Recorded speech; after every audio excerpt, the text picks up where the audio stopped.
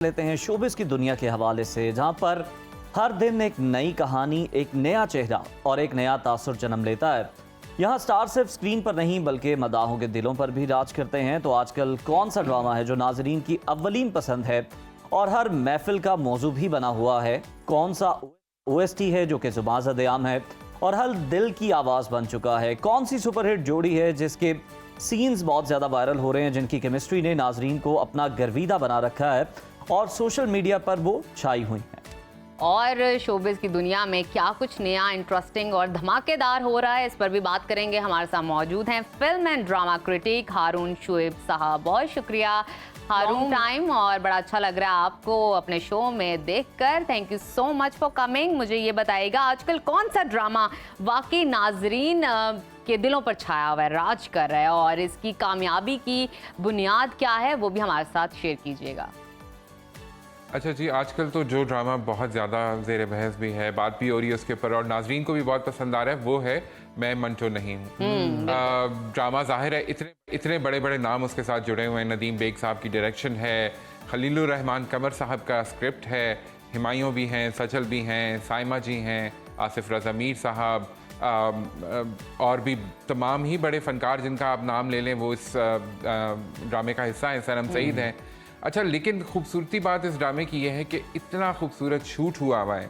अब्दुल रज़ाक साहब इसके सिनेमाटोग्राफर हैं और वो पहले एड्स और गानों के वीडियोस वगैरह बनाया करते थे। लेकिन हारून, मैं यहाँ ये कहना चाहूँगा कि अगर सब इतना अच्छा है तो फिर आखिर व्यूअर्स तनकीद क्यों कर रहे हैं इस पर? उसकी क्या रीज़न? देखिए जी, तनकीद इसलिए हो रही है और मैं उसके बारे में बिल्कुल खुल के बात करूंगा कि खलीलुर रहमान कमर साहब को चाहिए कि वो कहानी किसी और से लिखवा लिया करें और मुकालमे खुद लिखा करें। आपको पता है कि ये तरकीब भी पहले इस्तेमाल होती रही है। हसीना मोइन साहिबा हमारी बहुत अच्छी ड्रामा लिखने वाली थी, उनको इंडिया से बुलाया जाता था कि आप मुकालमे लिखते हैं हमारी फिल्मों के, क्योंकि उनके जो सेंटेंसेस होते थे, जो डायलॉग्स होते थे, वो बहुत खूबसूरत लिखे हुए होते थे। लेकिन कहानी जाहिर है कि वो एक मुख्तलिफ चीज़ है। खलीलुर रहमान कमर साहब के जुमले जो होते हैं, जो डायलॉग्स होते हैं, वो बहुत खूबसूरत है, लेकिन कहानी के ऊपर लोगों को बहुत तरह एतराज़ है और उसके ऊपर एतराज़ बनता भी है। कैरेक्टर्स जो हैं वो अपने कैरेक्टर को डिफ़ाइन नहीं कर पा रहे हैं, उनमें डेप्थ नज़र नहीं आ रही, उनकी कोई लॉजिक नहीं बन रही, और वो एक ख्याली सी दुनिया क्रिएट कर लेते हैं खलील साहब, और फिर उसके अंदर किरदार बड़े बड़े जुमले तो बोलते हैं लेकिन वो किरदार कन्विंसिंग इसलिए नहीं लगते। तो ड्रामा इसलिए बहुत तनकीद की जद में है कि यार ये क्या कैरेक्टर है। यूनिवर्सिटी का प्रोफेसर भोला भाला जो है वो डिम्बिट लग रहा है, और जो वो लड़की है जो कि अभी अभी यूनिवर्सिटी आई है वो इतनी इंटेलिजेंट नज़र आ रही है। फुप्पो का किरदार, दुश्मनी का जो पूरा उनके बीच में आर्क चल रहा है। तो ये कहानी के अंदर बहुत सारे झोल हैं। चलें, उम्मीद करते हैं ये झोल जल्द क्लियर हो जाएंगे। हारून, ये भी बताएं इस वक्त सबसे ज़्यादा सुने जाने वाला और मकबूल OST कौन सा है, और इसके वायरल होने की वजह भी बताइएगा। देखिए जी, OST तो हमारे ड्रामों की जान होते हैं। No doubt। इस वक्त जो है मेरे ख्याल में मैं मंटो नहीं का OST जो है वही बहुत ज़्यादा मकबूल हो रहा है और लोग उसको पसंद भी कर रहे हैं।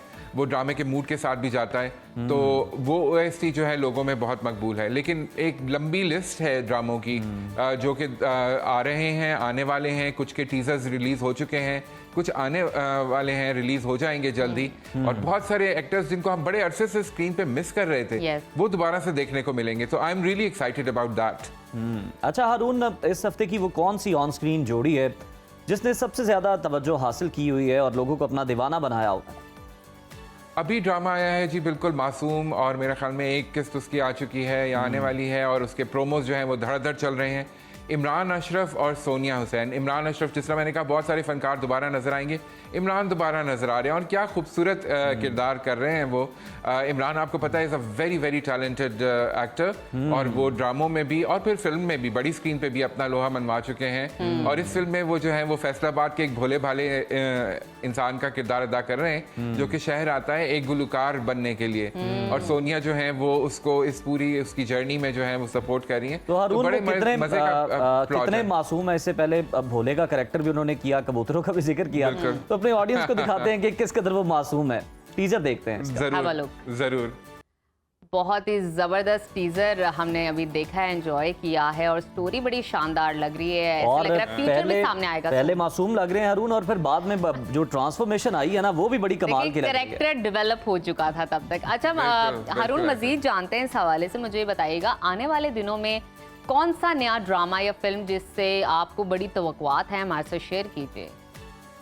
जी बिल्कुल, सावल यार पिया आ रहा है। दुरफ्शा सलीम जो हैं वो बड़े अरसे के बाद नज़र आएंगी स्क्रीन पे, और फिरोज़ खान है उनके साथ। तो ये भी एक जोड़ी बिल्कुल नई, पहली दफ़ा स्क्रीन पर इकट्ठे काम करने वाले हैं। दुरफ्शा बहुत अरसे से जो हैं वो गायब हैं स्क्रीन से। मेरा ख्याल में आखिरी ड्रामा उनका खई था और उसके बाद उन्होंने कोई काम नहीं किया। तो हम बिल्कुल लुकिंग फॉरवर्ड के वो क्या करने वाली हैं।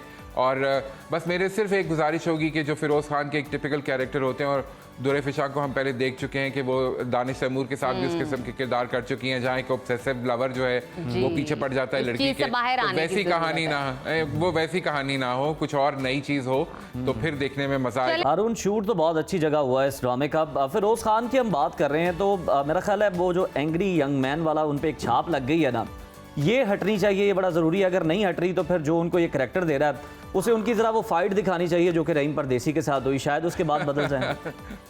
मेरे ख्याल में बर्फ वाली एक बाल्टी होनी चाहिए, जो बर्फ ठंडी यख बाल्टी, उसके अंदर फिरोज खान को 2-3 डुबकियां देनी चाहिए, ताकि उनके अंदर का जो एग्रेशन है और ये शिद्दत पसंदी जो है, जो वो हर ड्रामे में वही ट्रोप चलाते हैं बार बार, वो जो है वो जरा कम हो जाए। कोई और अपनी रेंज को थोड़ा सा बढ़ाएं। आप अपने टैलेंट को जरा मज़ीद एक्सप्लोर करें और वर्सेटैलिटी आपकी नजर आनी चाहिए। स्टीरियोटाइप हो गए वो, बिल्कुल स्टीरियोटाइप हो चुके हैं वो, बिल्कुल जी। अच्छा, उसके बाद जी बोलिए। हाँ जी जी मैं बता रहा था कि जी जंजीरें एक और ड्रामा है जो अमीर गिलानी और सजल का, जो कि मैं I am really looking forward to it, वो आ रहा है।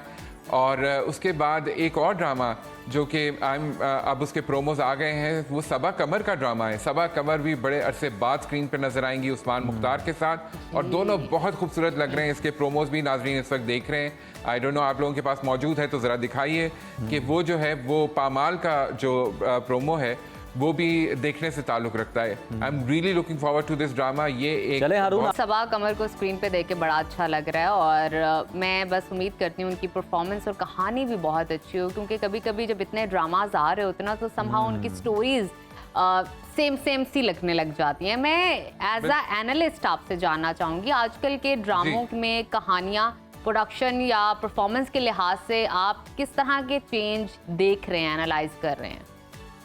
देखिए जी, हमारे ड्रामे की स्ट्रेंथ यही रही है हमेशा नजफ के कहानियाँ जो हैं वो मुख्तलिफ तरह की कहानियाँ हमारे ड्रामों में आती हैं। हम कभी भी कोई एक फार्मूला नहीं इस्तेमाल करते और बार बार इस्तेमाल करते। जैसे हमने देखा कि जो इंटरनेशनल चैनल्स थे जो यहाँ भी बहुत देखे जाते थे, वो एक ही तरह का फार्मूला चलाते रहते थे। शुक्र है कि हम वो जो सास बहू की कहानियाँ थी, ड्राइंग रूम की कहानियाँ थी, उससे निकल आए हैं। अब हमारे स्केल्स बड़े हैं, अलग अलग तरह की कहानियाँ हैं।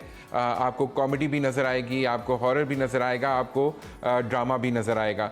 तो वो अच्छी बात है। लेकिन यह है कि अब हमें जो है वो थोड़ा कंसोलिडेट करना है। मुझे लगता है कि इस वक्त बहुत ज़्यादा कंटेंट प्रोड्यूस हो रहा है, और वो जो है उसके अंदर जो है वो ड्रामे, बड़े ड्रामे जो हैं वो सॉर्ट ऑफ जो है वो बीच में रह जाते हैं।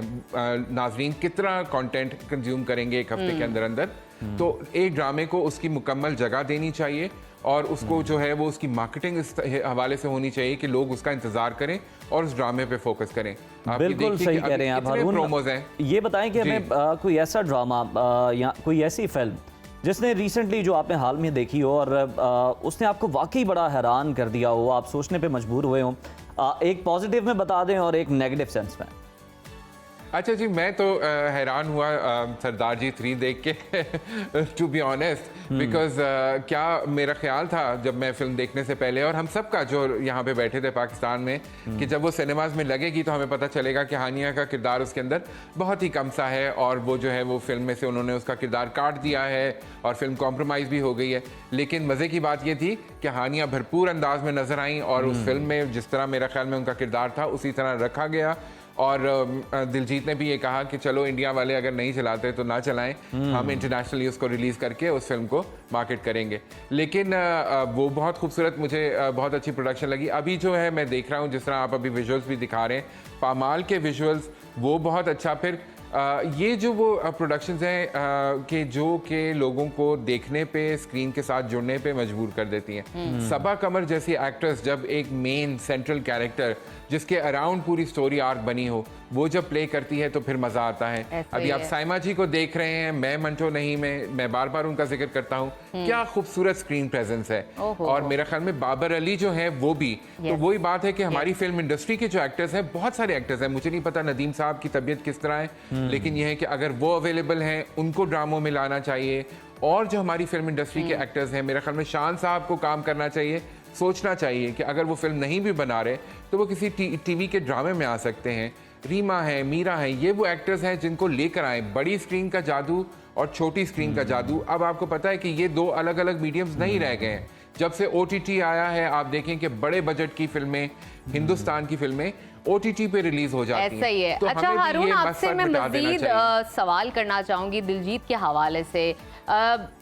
चाहूंगी कि आप अपनी ऑब्जर्वेशन के अकॉर्डिंगली बताएं कि उनकी एक्टिंग को किस तरह रेट करते हैं। साथ ही साथ अगर हम उनके इंटरव्यूज़ देखें तो देखा जाता है कि काफ़ी वो कम बोलने वाले, कम गो इंसान है, इतने एक्सप्रेसिव नहीं है, शर्मा जाते हैं, शाय। लेकिन जब आप उनको स्क्रीन पे देखते हैं, जब आप उनको परफॉर्म करते देखते हैं, गाना गाते देखते हैं, तो आपको ऐसा लगता है कि ये कोई और शख्स है। क्या कहेंगे? पाकिस्तान के हवाले से भी उन्होंने काफी पॉजिटिविटी का मुजाहरा किया, जिस तरह के हानिया आमिर का केस है, इसके साथ फर्क नहीं पड़ता, मैंने करना है और वो चाहे मुझे किसी के साथ भी मिलकर करना पड़े मैं करूँगा। और बिल्कुल पाकिस्तानियों से जो उनकी मोहब्बत है अब उनके लबो लहजे में भी आया होती है मुख्तलिफ मौक़ों पे। बहुत शुक्रिया हारून आपके वक्त का।